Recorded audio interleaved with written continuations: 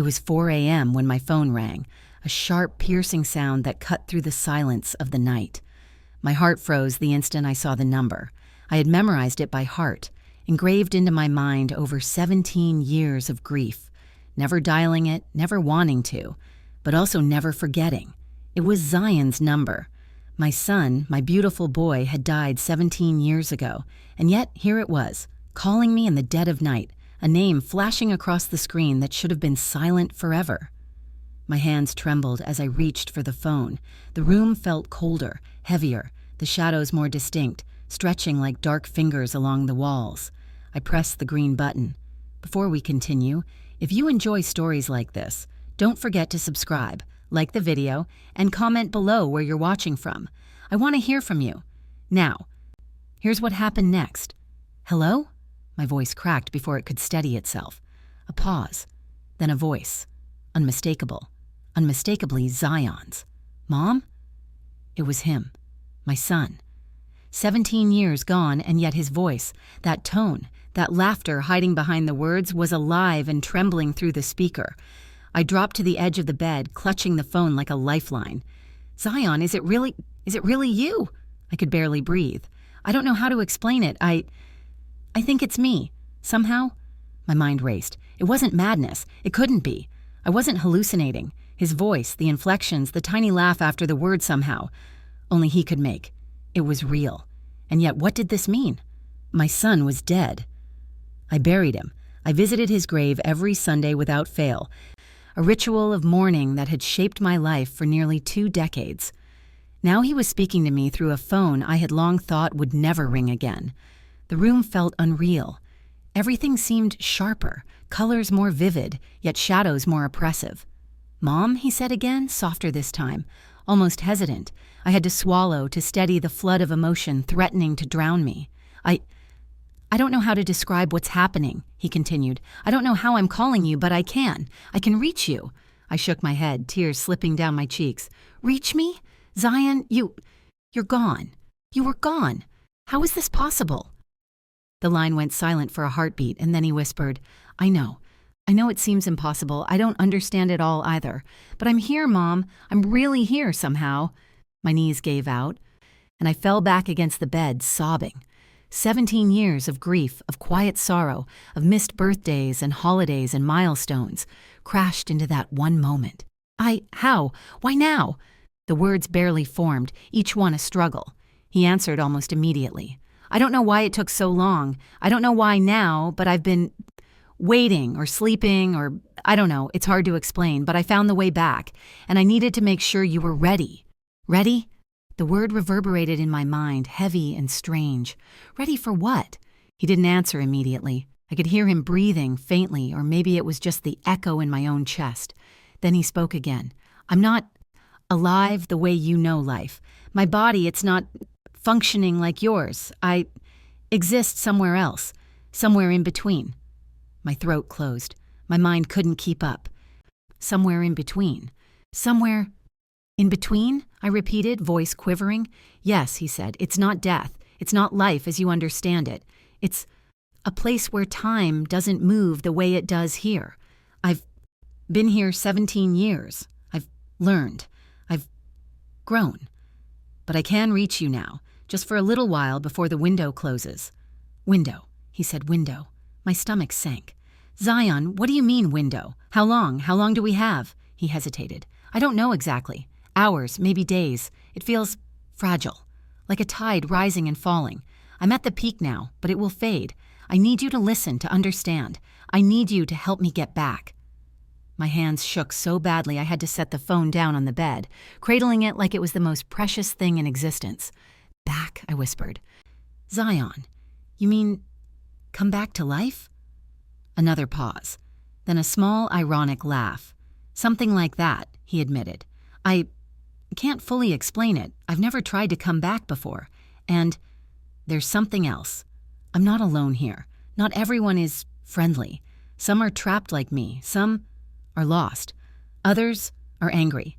They might try to follow if I succeed. I could feel the weight of his words pressing against my chest. Trapped, lost, angry. He wasn't just calling me. He was warning me. I understood then. in a way that cut through every rational thought that my son had been acting as some kind of guardian in this impossible place, preventing others from escaping into the world of the living. And now, he needed our help. "Mom," he said softly, almost pleading, "I need you to find me, to get me out. I can't do it alone. Time is running short." My mind whirled, my thoughts scattering. I couldn't. He had been dead. I had buried him. The cemetery, the casket, the service, all etched into my memory forever. And yet, here he was, calling, existing in some state I couldn't begin to understand, asking for help to return. I couldn't waste a moment. I grabbed my phone again, dialing Darius, my husband, who had spent the last 17 years burying himself in his work, hiding from the grief he couldn't face.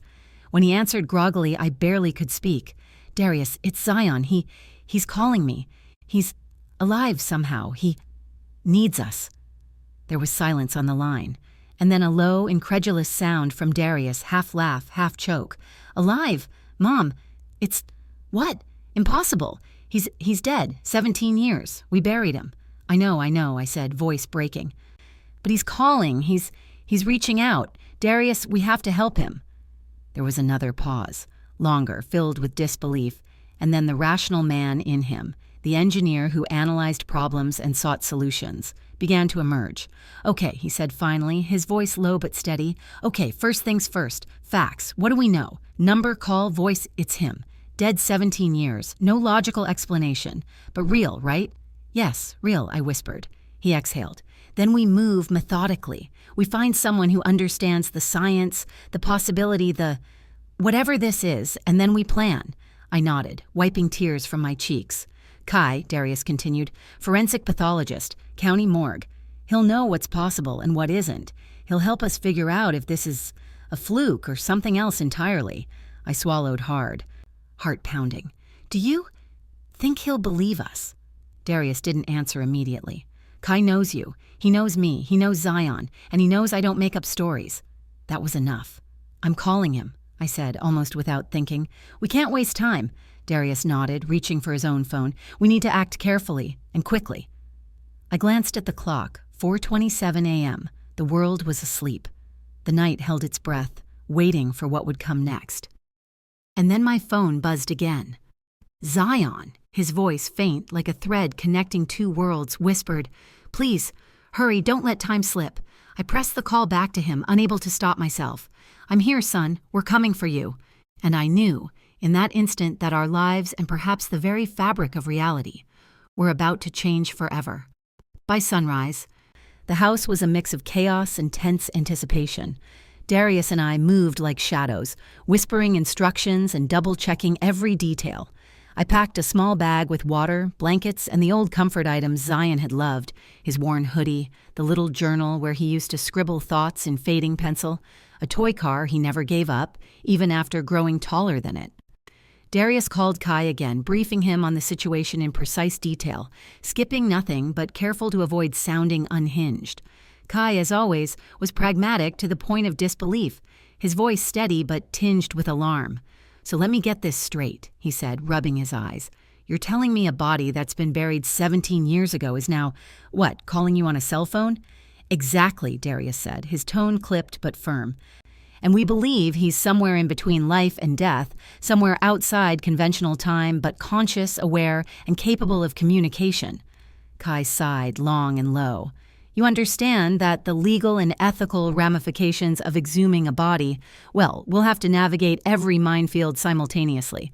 County authorization will take days at least, maybe a week, and you're saying we might have 3, 4, maybe 5 hours." He said 3 days maximum, but I think the window is already shrinking, I added, my voice tight. "He's desperate. Darius, we can't wait." Darius pinched the bridge of his nose. "I know, I've been thinking. There might be a way to get access discreetly. Mr. Silas, the cemetery watchman, has been working there for decades. He might help us get in quietly." Kai's voice cracked with tension. "Even so, you're talking about trespassing, illegal exhumation. If you get caught, there's no legal cover for this."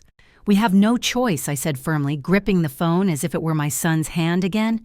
"Zion's life, or whatever his life is now, depends on us." Kai exhaled, reluctant but unsurprised. "I'll make the call." I can help with authorization afterward to make it appear routine, but tonight, discretion is your only ally. If this is real, and I'm beginning to think it is, then we move quietly. Darius and I exchanged a glance, a mixture of fear and determination. 17 years had stolen our son from us, and now he was reaching out through impossible means, asking for help. We couldn't hesitate. The day passed in anxious preparation. Darius checked the car repeatedly, making sure it was ready for transport. I double-checked the supplies, running my hands over the small items I packed, remembering the boy who had once treasured each of them. Time crawled, each tick of the clock amplifying our dread. By evening, the house seemed smaller, every shadow elongated, every sound magnified. Around 10 p.m., we received confirmation from Kai. He had expedited the paperwork as much as possible, but official exhumation wasn't scheduled until the next morning, already too late. "We have to do it tonight," Darius said, his voice low but firm. "We'll go through Mr. Silas. He agreed to let us in quietly. Tools are already staged near Zion's grave. We need to move fast or we'll miss him." I nodded, swallowing hard. Fear, anticipation, and hope churned in my stomach like a storm. We changed into dark clothing, black jackets and gloves to protect against cold and detection. Darius grabbed the flashlights, Kai arrived with his own equipment, and Mr. Silas met us at the back gate of the cemetery. "No one will be here," he whispered. "We have roughly an hour. I've hidden the hydraulic shovel nearby. It's the only way we can get through the compacted soil without making too much noise." The cemetery at night was a different place entirely. Moonlight cast long, twisted shadows over headstones, and the wind whispered through the trees in a way that sounded almost alive. Every step we took seemed louder than it was, our breaths shallow, synchronized with our heartbeat. Zion's grave lay beneath a tall oak, its branches swaying as if waving a silent warning. The tools were exactly where Mr. Silas said they'd be, hidden beneath a tarpaulin. The hydraulic shovel was small but efficient. Darius and Kai worked side by side, maneuvering it with care, cutting into soil compacted by years of rain and sun.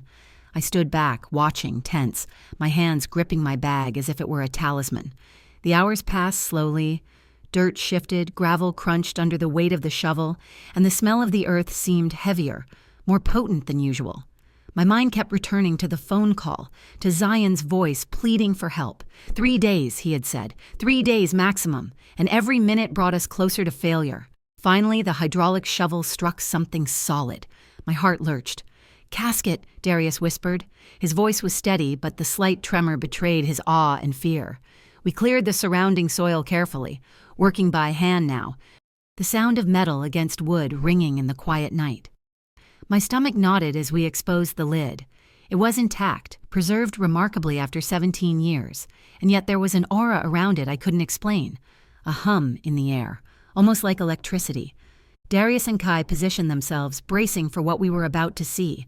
I stepped closer, heart pounding so violently I thought it might burst. Mr. Silas murmured a quiet prayer. The lid lifted with a creak, revealing what no living mind could have anticipated. Zion lay there, serene, his body untouched by time, skin smooth, hair still in place, his small hands folded neatly across his chest, and in his hands, glowing faintly, was his old cell phone. My knees buckled. "It's him," I whispered. Tears streamed freely. The medicinal scent of something, not decay, not death, filled the air. Darius's hands shook as he reached for my son. I held my breath. His skin was neither cold nor hot, just warm, in a way that made no sense, and yet there was no pulse, no breathing, only the soft glow of the phone. The phone flickered again, pulsing rhythmically like a heartbeat, drawing our attention. Words appeared on the screen. "Get me out of here, now. I have little time." I reached out instinctively, touching the screen. The glow intensified as if responding to me. Darius, Kai, and I shared a glance heavy with disbelief and determination. We couldn't hesitate. Together, with careful hands, we lifted Zion from the casket. He was lighter than expected, almost impossibly so, as though the physical matter of his body had been partially replaced by something else, something not entirely bound by earthly rules. Mr. Silas guided us silently, his eyes wide, reflecting awe and fear. We wrapped Zion in the blanket I brought and carried him to the car, the phone still glowing, pulsing as if alive. Every step felt surreal. Every breath carried the weight of impossibility. When we finally closed the car doors, I glanced at the screen again. Another message. Water, sunlight, music, confusion and urgency tangled in my chest. We drove through the quiet streets, shadows racing past the headlights, every intersection, every curve, a test of focus and patience. Darius kept one hand on Zion, the other on the wheel, his mind working at a speed I could only imagine. Kai sat beside him, equipment packed, silent except for occasional murmurs of calculation. I clutched the blanket around Zion, speaking softly, hoping he could hear me. "We're coming, son. We've got you. Just hold on." The house came into view, the familiar structure that had housed years of grief and love, the room still lined with memory, untouched. We carried Zion inside, placing him on the bed in his old room, preserved in time as though waiting for this moment. He was neither fully dead nor alive, his warmth an anomaly in a world of logic. His eyes remained closed, the phone beside him pulsing faintly. A message appeared. "Thank you. Now I need to rest. Tomorrow." The room was silent. We couldn't speak. We couldn't think clearly. Only the heavy, surreal realization that our son, our impossible, miraculous son, was here, with us. In this room, for the first time in 17 years, we stayed by his side all night, watching, listening. Occasionally, he stirred, responding to water, sunlight, and the music we provided. The glow from the phone dimmed gradually, and when I finally drifted into a fitful sleep in the chair beside him, I dreamed of Zion. Not as the boy I buried, but as a man he could have been. And he smiled, whispering, "It's almost time, Mom. Just a little longer." Dawn came slow, filtering through the curtains in Zion's room, painting the walls in pale gold. I stirred, still half entangled in sleep, and realized immediately something was different. The air hummed, soft and insistent, vibrating faintly against my skin. Darius sat opposite me, silent, staring at the bed. Zion was still there, wrapped in the blanket, but something had shifted. His chest remained motionless, yet warmth radiated from him like a pulse that defied explanation. I held my breath as a soft blue light began to glow from the cell phone resting beside him. It pulsed with increasing intensity, a rhythm that seemed almost conscious, almost aware of us. Slowly, almost imperceptibly, Zion's body began to respond. The skin, pale and untouched by time, began to take on color. It started in his fingers, creeping into his hands and up his arms, spreading across his face, cheeks and forehead warming like the first light of morning. Darius leaned forward, his engineer's mind racing, his hands twitching as if to touch him but unsure if it was safe. "It's happening," he whispered. "I think it's actually happening." My pulse thundered in my ears. The light from the phone intensified, expanding like a soft halo, and then Zion moved. It was subtle at first. His fingers twitched. His eyelids fluttered, and then slowly the lids lifted. 17 years of absence condensed into a single heartbeat as I stared into the eyes that were at once my son and a stranger. The eyes were deep, wider than before, reflecting years I hadn't witnessed, experiences I could not comprehend. He was awakening. His gaze fixed on me, steady and alive, and I felt the room shrink to the space between us. "Mom," he whispered, his voice richer, deeper than I remembered, resonant with something both familiar and new. I sank to my knees beside him, trembling, unable to speak. Darius reached over, placing a hand on Zion's shoulder, and I felt the warmth that defied every law of biology, every expectation. The transformation continued. His body shifted subtly at first, muscles elongating, contours smoothing, as if the 17 years he had missed were accelerating in seconds. The funeral suit, once a perfect fit for a 17-year-old, now hung tight across his shoulders and short at the wrists. His hands, once small and delicate, were now larger, calloused in places I had never known, evidence of a life lived somewhere beyond our understanding. Zion's lips curved into a small, knowing smile. "It's me," he said, though words seemed inadequate to describe the enormity of what we were witnessing. "I'm back. Not exactly as I was, but as I've grown." "Back?" Darius breathed, eyes wide.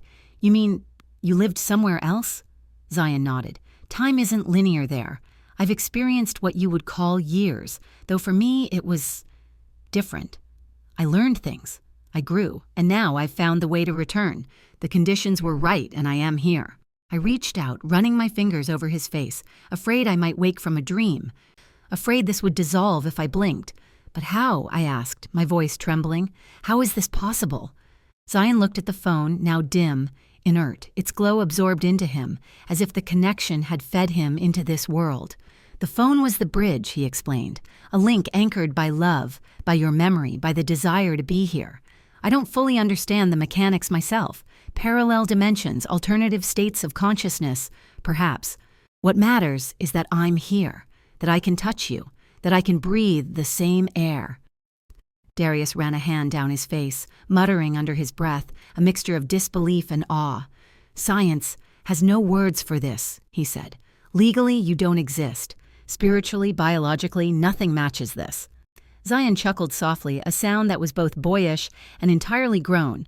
It doesn't matter. Not yet. I'm here, and that's what matters. We'll figure the rest out.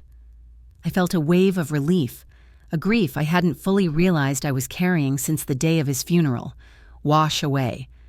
Tears blurred my vision, hot and uncontrollable, and Zion reached out, gripping my hand, warm, alive, solid. Mom, he said softly, it's okay. I'm here now. I've returned. The world is strange, yes, but it's ours to navigate together. I clung to him, my mind racing with 1,000 questions I couldn't formulate, unable to contain the happiness, fear, and awe swirling together. What about the others?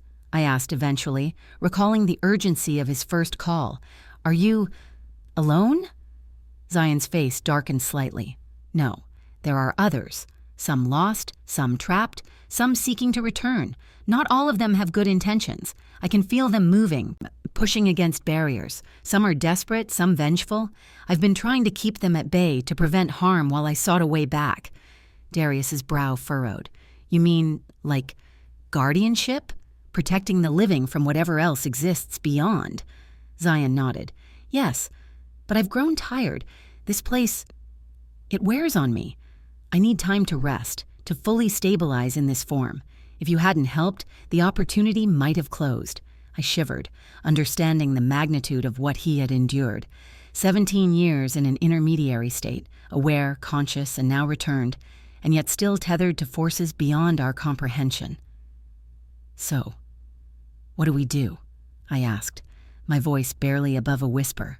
Zion's gaze softened. For now, we do nothing but care for the bridge, the connection, help me regain strength, adapt to this world, and be vigilant.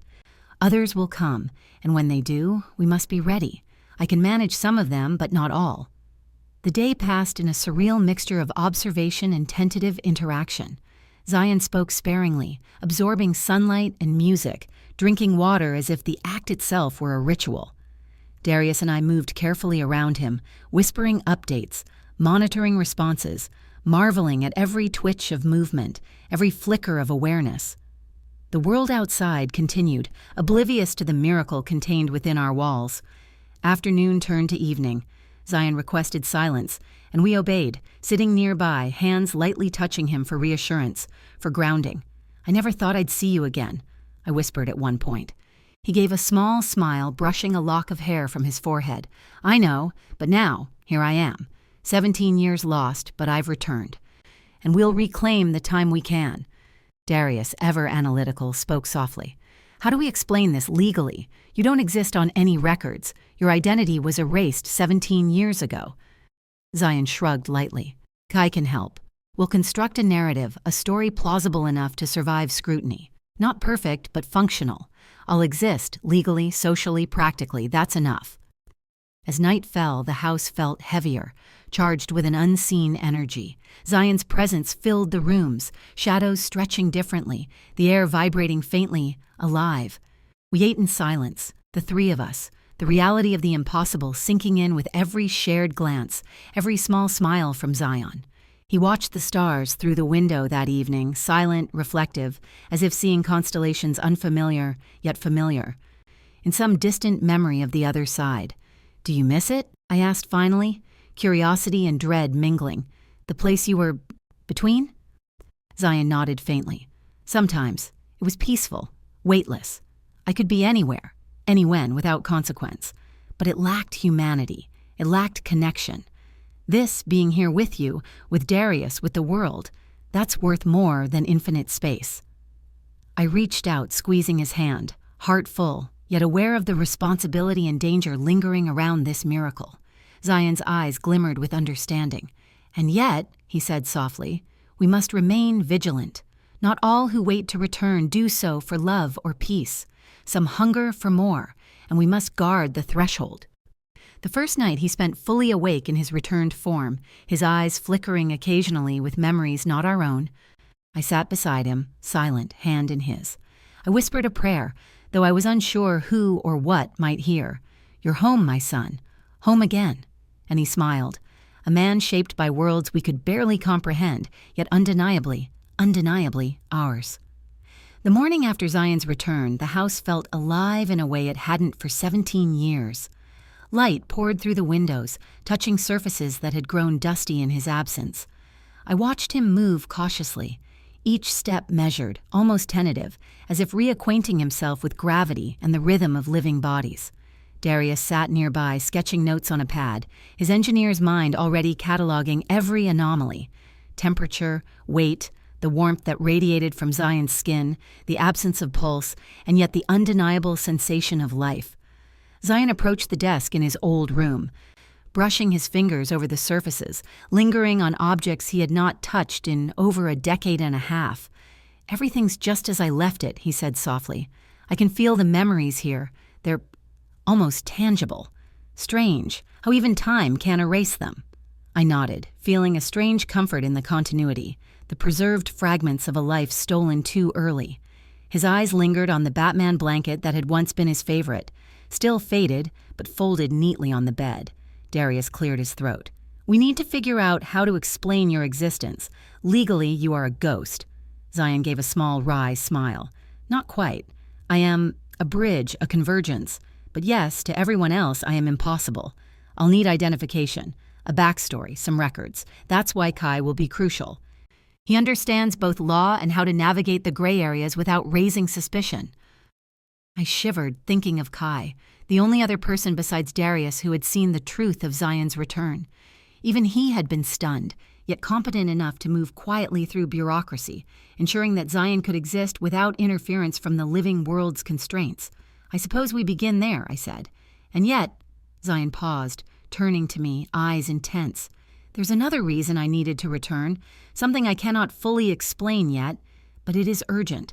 I've sensed movements in the in-between, disturbances that threaten the living world. Not all those who try to return come with peaceful intentions. Darius stiffened. You mean others like you trying to come back?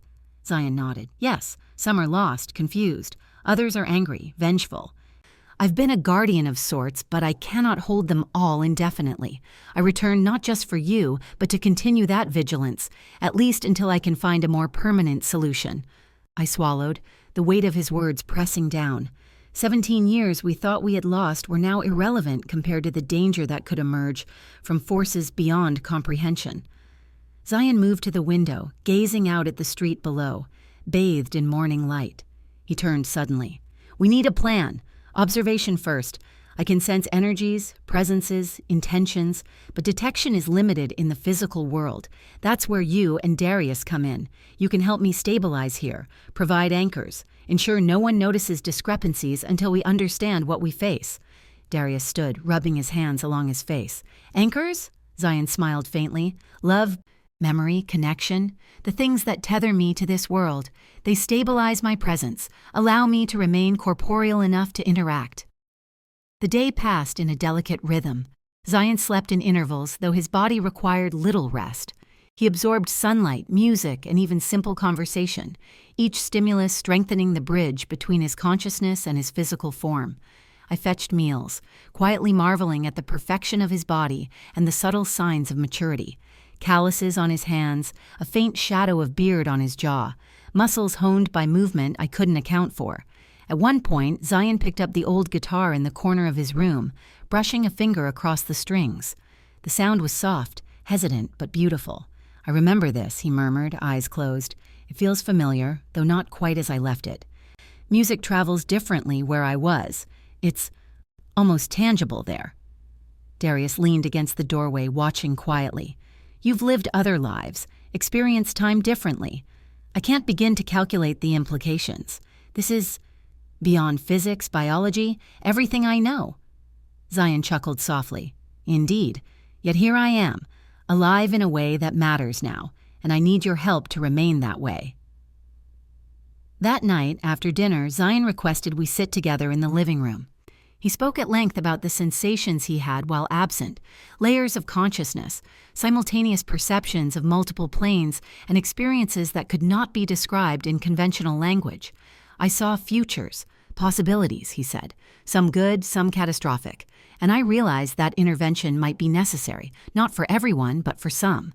I shivered, realizing that Zion's return was not only a miracle, but a responsibility. Darius leaned forward, elbows on knees. We're talking about policing the boundary between worlds? Zion nodded. Yes, but subtle. Small actions, warnings, barriers. I cannot interact with all, but I can influence, protect, guide, and I need your assistance to maintain stability here, in the physical world. Days bled into nights. Zion acclimated to sunlight, food, music, conversation. Each moment strengthened his corporeal form. His eyes sparkled with intelligence, memory, and experience, a man grown beyond the years he had missed. At the same time, the house seemed charged, vibrating faintly with energies I could not comprehend, every shadow dancing with the memory of things unseen. One evening, I noticed him staring at the ceiling, motionless, his expression distant. Are you seeing something? I asked. He nodded. Yes, movements, energy shifts, presences probing the veil, not all friendly, some curious, some dangerous. I must remain vigilant. Darius frowned. How do we even measure that? How do we know what's real? Zion smiled faintly. We measure by reaction. Subtle changes in environment, in objects, in your perception. I will guide, but you must trust your instincts, your fear, your hope, your love. These are indicators, anchors. They stabilize my return. That night, I slept lightly, waking to faint whispers in the hall, shadows that seemed to stretch differently than the moonlight allowed. Zion remained in his room, serene, yet I felt a charge in the air, as though his presence was stirring forces unseen. Morning arrived, and Zion requested water, sunlight, and music, a ritual, now familiar. The cell phone remained inert, its glow absent, yet I sensed it was no less important, the link to his previous form and his journey back. Over the following days, we developed routines. Zion would engage minimally with the world, absorbing sunlight, music, and the small comforts of home. I would feed him, watch him, touch him. Darius would take notes, analyze, speculate. We began to consider the logistics of legal existence, social reintegration, and the protection of the fragile balance between the living and those lingering beyond. Then, on the fourth day of this new life, Zion turned to me with a sudden intensity. Mom, I need to test something.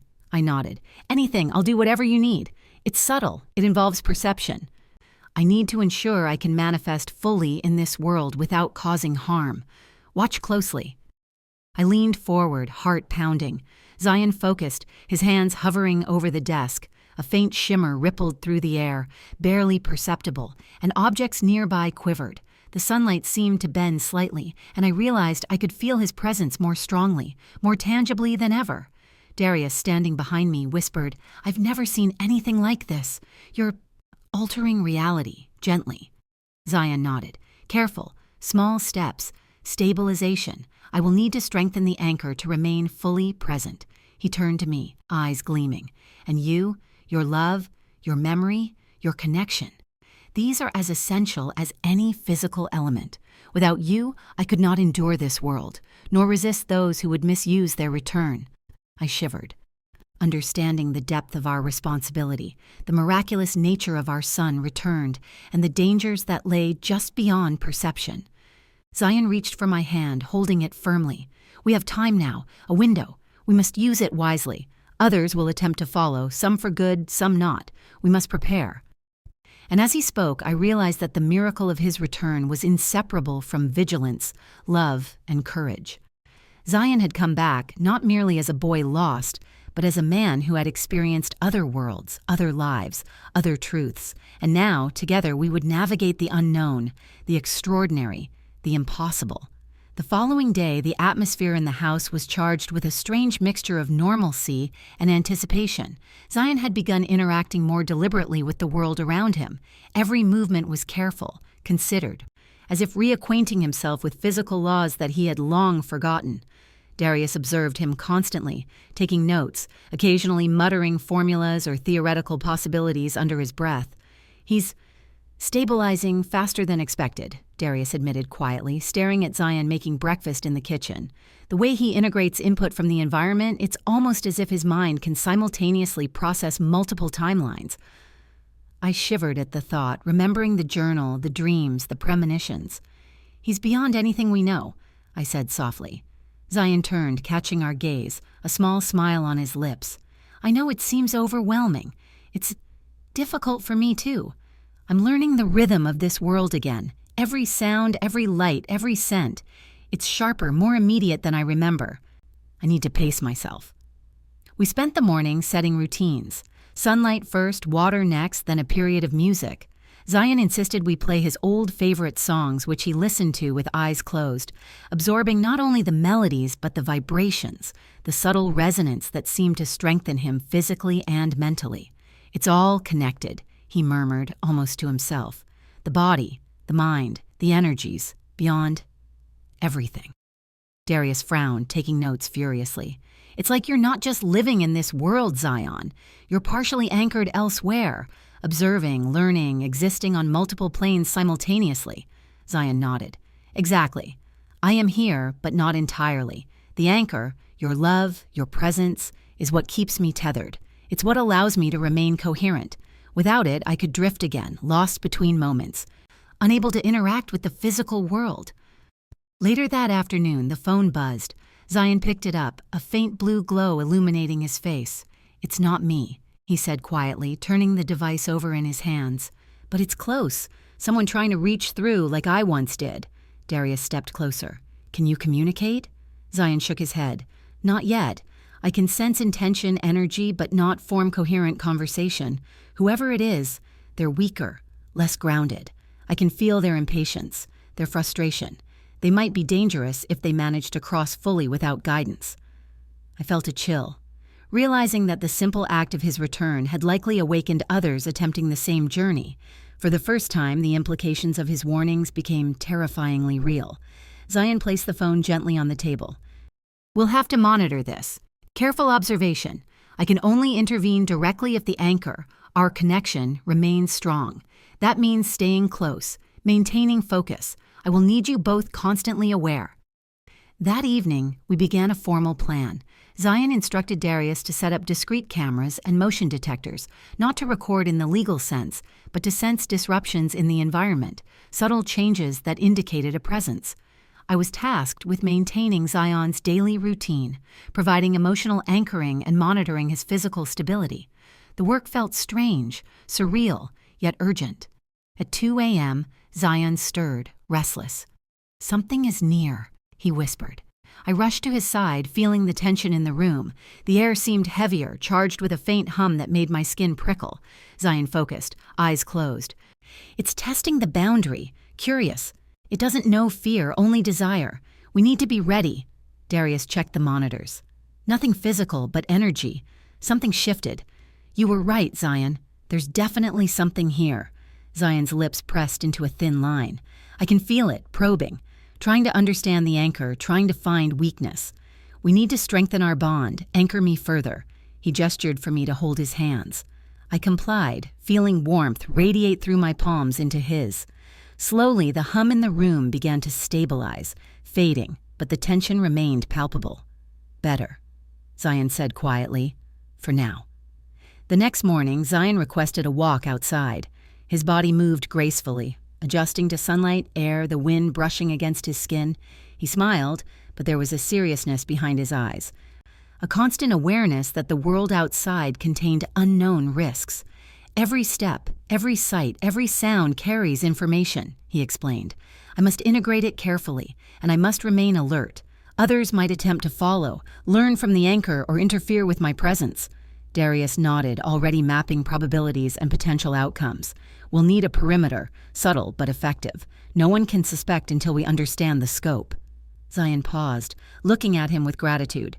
Your pragmatism complements my unconventional reality. I could not navigate this alone. That night, a new challenge emerged. The phone buzzed again, faint blue light flickering. Zion reached for it cautiously. This one is stronger than the last, he said. It's learning, adapting. I must remain invisible to it, or it could push through prematurely. I felt a cold weight in my stomach, remembering his warnings. Darius checked the monitors, detecting faint energy fluctuations that coincided with the phone's glow. It's responding to your presence, Darius observed, but we can't predict what it will do if it fully manifests. Zion focused, whispering words I could not understand, small gestures with hands that seemed to carve space, subtle manipulations of energy I couldn't see but could feel in the charged air around us. The room seemed to shift, shadows stretching unnaturally. Slowly the glow of the phone stabilized and the presence outside the threshold retreated. Zion exhaled, trembling slightly. For now, it has withdrawn, but it will return. Others are learning. They're curious, they're impatient. Some are dangerous. I sat back, heart racing. How do we prepare? Zion's eyes met mine. Observation, routine, patience, and trust. The anchor, the bond, must remain strong. It is what keeps me tethered. Without it, I cannot resist those who would cross unprepared.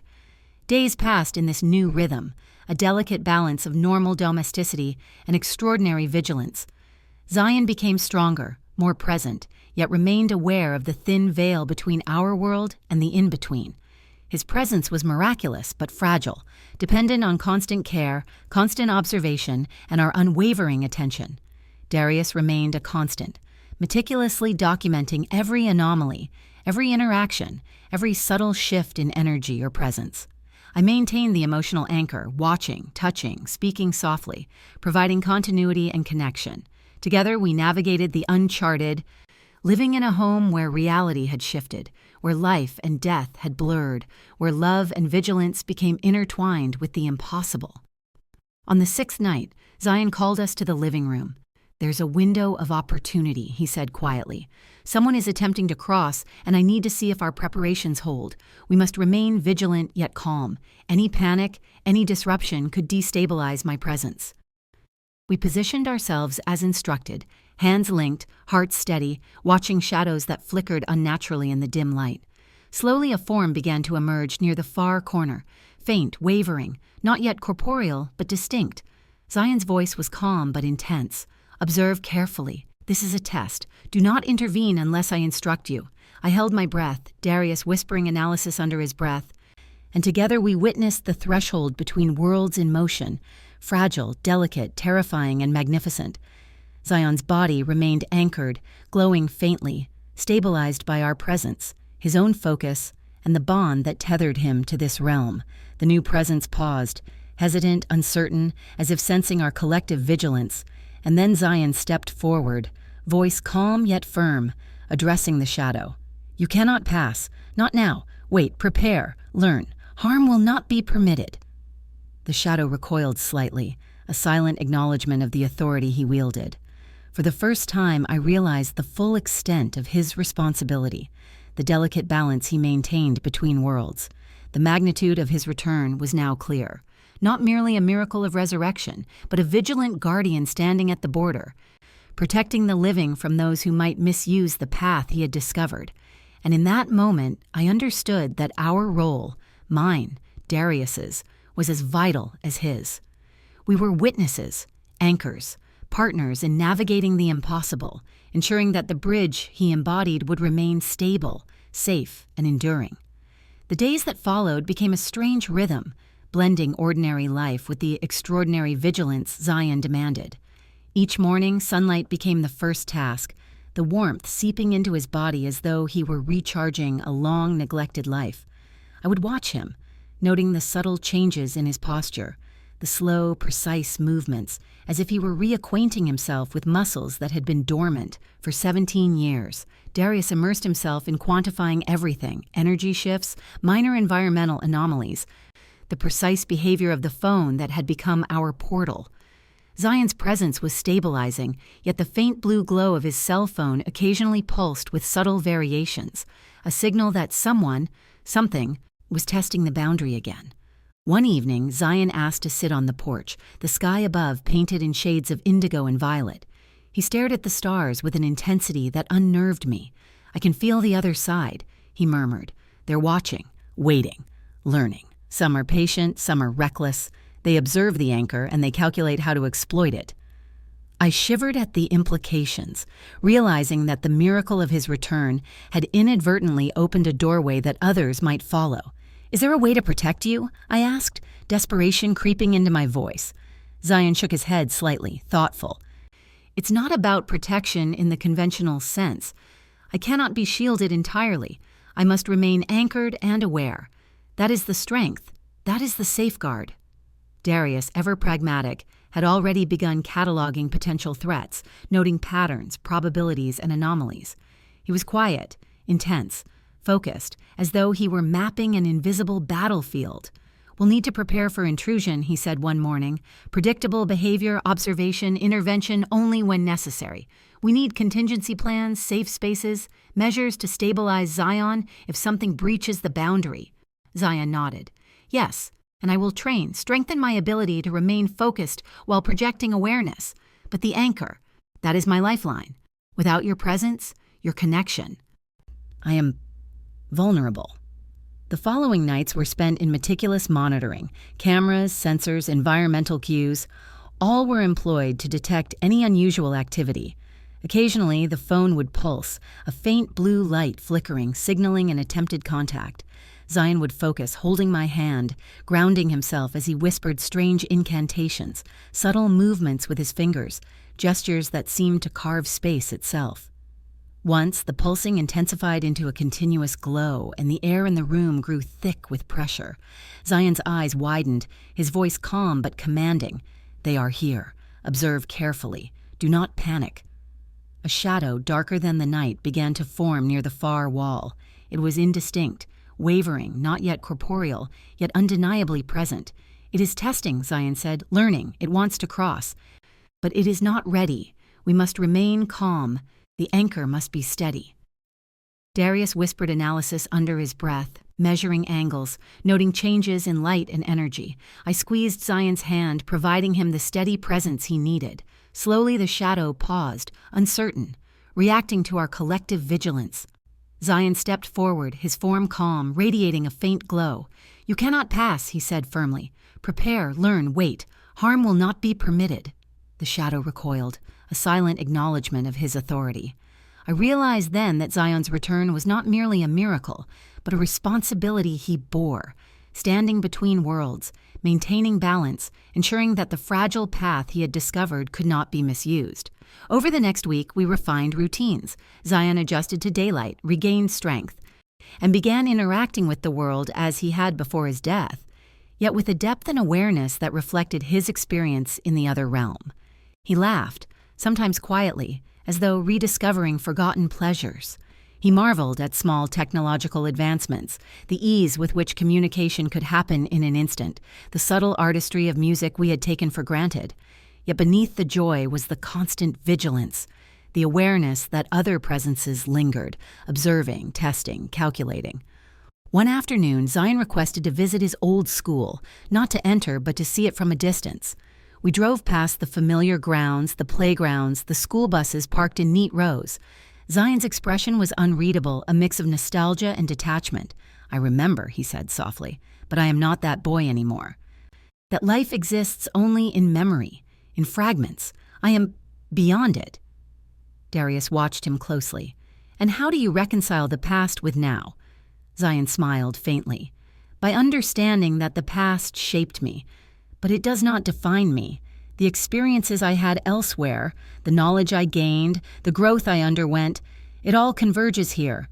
I am both who I was and who I have become." That evening, the phone buzzed again. Zion held it carefully, the blue glow illuminating his face. "It is attempting to communicate. I can sense intent, emotion, energy. It is impatient, reckless, but I will not let it cross unprepared." I felt the same chill I had 17 years ago, yet tempered by the knowledge that Zion was no longer the vulnerable child I had buried. He was a man tempered by otherworldly experience, anchored by love and presence, Capable of confronting whatever lurked beyond, Darius observed the readings, noting subtle environmental shifts, flickers of energy. "It's testing boundaries," he said, "measuring the anchor's strength. You're right, Zion. This is more than observation. It's probing for weaknesses." Zion focused, muttering words I could not understand, gesturing with hands that seemed to manipulate invisible threads in the room. Slowly, the presence outside the threshold began to recede, the air stabilizing, the pulsing of the phone subsiding. Zion exhaled, leaning back. "For now, but they will return. Others are curious. Some will be reckless. Some will seek vengeance. Others understanding. My vigilance must continue." In the days that followed, Zion continued to grow stronger, more present, yet the delicate balance remained. He ate, slept, laughed, learned, and interacted with the world, all while remaining tethered to the anchor that kept him grounded. The phone became a tool, a guide, a signal, pulsing faintly when presences attempted to test the boundary. Our home became both sanctuary and observatory, a place where the impossible had become routine. One evening, sitting on the porch watching the stars, I asked him if he missed the other realm. Zion's eyes reflected distant memories. Sometimes there was peace there, a freedom beyond time and space, but it lacked connection, humanity, the weight of shared life. Here, every breath, every touch, every emotion is amplified by the reality of presence. This humanity, the imperfection, the connection, it is worth everything. I nodded, understanding the depth of what he had endured, the sacrifice of presence for knowledge and survival. "And us," I said softly, "we were your anchor." Zion smiled, the faint lines of experience evident on his face now, matured, marked by 17 years lived elsewhere.